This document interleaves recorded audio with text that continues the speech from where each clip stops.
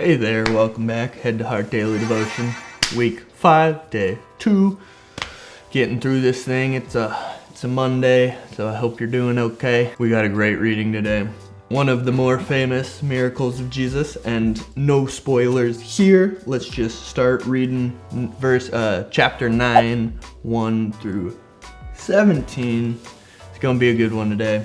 We're leaving off right after Jesus has healed a woman and raised a dead girl, and so he's got some awesome miracles we just are coming from, but we will continue right into another one.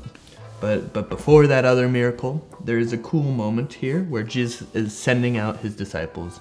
So let's read. Grab your Bible and journal if you don't already have it out. When Jesus had called the 12 together, he gave them power and authority to drive out all demons and to cure diseases. And he sent them out to proclaim the kingdom of God and to heal the sick. He told them, "Take nothing for the journey, no staff, no bag, no bread, no money, no extra shirt. Whatever house you enter, stay there until you leave that town. If people do not welcome you, leave their town and shake the dust off your feet." So they set out and went from village to village, proclaiming the good news and healing people everywhere. Jesus has sent his messengers out to go spread the gospel, to go spread the good news of the coming of God's kingdom through Jesus the Messiah. And they're sent out with nothing extra, pretty much saying, God, he's like, I'm gonna provide for you. This is part of trusting in me as you do this.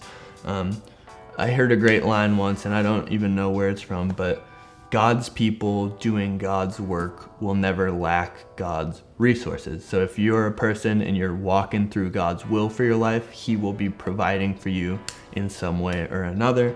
And that's what we see right here. Another thing I wanted to highlight from this too is they are going out preaching the good news and healing people. And I think it's important to see these miracles are never just random, like I'm gonna heal you, gonna heal you, gonna heal you, have a good day. It's always, they're bringing the gospel message, and in order for that message to be believable, for people to take it as authority and true, God provides his power within it. And so with the message comes these healings, and the healings prove what they're saying to be true. It's like, this is definitely from God, and the people would have known and understand that. So that's important to see. Now Herod the Tetrarch heard, so the ruler of that area, heard about all that was going on, and he was perplexed because some were saying that John, like John the Baptist, had been raised from the dead. John's dead? Please, no! No! No!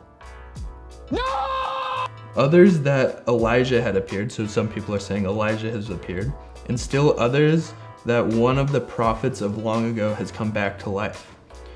What happened to John the Baptist? About to find out.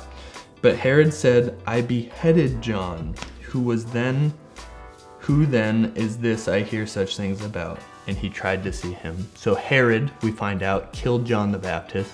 In another book of the Bible, we find out how that happened, and it's pretty lame. His wife didn't like John the Baptist because she was actually married to Herod's brother, and then he took the wife, and then she hates John because John's saying, "Herod, you can't do that," which I think actually we read earlier in Luke. Anyway, she basically tricks Herod into promising anything, and the thing she asks for in the promise is to behead John the Baptist. Stupid. But what we also see here is that Herod really wants to meet Jesus, which will happen later in the story. So that's another foreshadowing. Very interesting. I love how Luke writes. Such a good storyteller. But that'll be coming, so be looking for the next meeting, or the first meeting, of Herod and Jesus. Verse 10. When the apostles returned, they reported to Jesus what they had done. The apostles went out, spread the news, did miracles. Then he took them with him, and they withdrew by themselves to a town called Bethsaida. But the crowds learned about it and followed him. He welcomed them and spoke to them about the kingdom of God and healed those who needed healing. What a guy Jesus is. He tries to get some peace and quiet with his disciples to this small little town, but the crowd's gossip spreads, and now they're all flocking Jesus again. And you might wonder, how big of a crowd? Is it that big? We're about to find out. It's a massive crowd. Late in the afternoon, the 12 came to him and said, "Send the crowd away so they can go to the surrounding village and countryside and find food and lodging, because we are in a remote place here. We're out here, there's a lot of people, not a lot of food. Jesus, you should probably tell them to go." He replied, "You give them something to eat." They answered, "We only have 5 loaves of bread and 2 fish. Unless we go and buy food for all this crowd." About 5,000 men were there. A lot of people. But he said to his disciples, "Have them sit down in groups of about 50 each." And the disciples did so, and everyone sat down. Taking the 5 loaves and 2 fish and looking up to heaven, he gave thanks and broke them. Then he gave them to the disciples to distribute to the people. So he's like breaking bread, handing, break bread, hand, break bread, hand. They all ate and were satisfied. What? And the disciples picked up 12 basketfuls of broken pieces that were left over.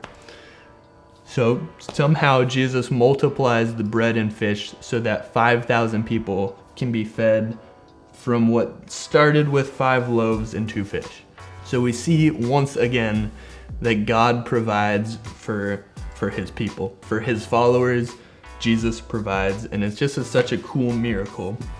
And so that's our reading for today. And I think a great reflection question as I read this is, I see the disciples here at the end. They're kind of in this impossible situation. They're like, "Jesus, what do you want us to do? Ton of people, we don't have any food. How are we to feed them?" And Jesus comes through and provides in this incredible way in an impossible situation, really. And what it makes me think of is, what impossible situation is there going on in your life right now? Something that you think there's no way this could get better, there's no way things could change. An impossible situation that you can bring to God in prayer today, and just ask him to work in it, whatever that might mean. It doesn't mean you can get exactly what you're asking for, or to like a wish to a genie, but really I think we're called to pray towards these things, the things that we in our human minds think like, this situation will never get better, this thing will never change. Bring that to God and allow him to work in it, because he's the God of impossible situations. He takes the impossible and works in it to make it possible, and I think that's awesome. So bring something like that before him today, if there's whatever's weighing on your heart. So your prayer point for today is this. In this passage, I just see that God provides for his people in the feeding of the 5,000, and with the disciples, he said, "Take nothing with you," because he's gonna provide. And so my prayer point for today is, God, would you just help us trust you? Would you help us trust that you will provide for us? Because it's a promise of God that his children he will look out for, he will provide for. And I think a lot of times we can have fear and anxiety in this life, feeling like we're alone.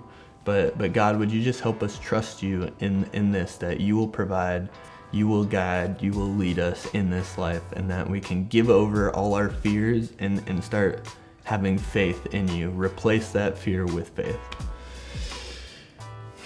So that's your daily Devo for the day. Remember, write these things down, journal to God in this time. A great practice for you would, after these videos, spend like 5 minutes just journaling or praying to God. Create that relationship with him on your own. That's what this is all about.